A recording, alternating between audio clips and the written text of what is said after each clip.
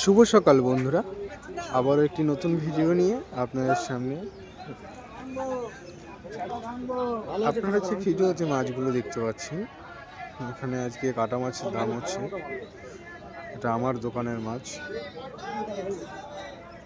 লোকটি 110 টাকা করে দাম বলছে, আমরা 120 টাকা বলেছিলাম, তারপর দেওয়া হচ্ছে।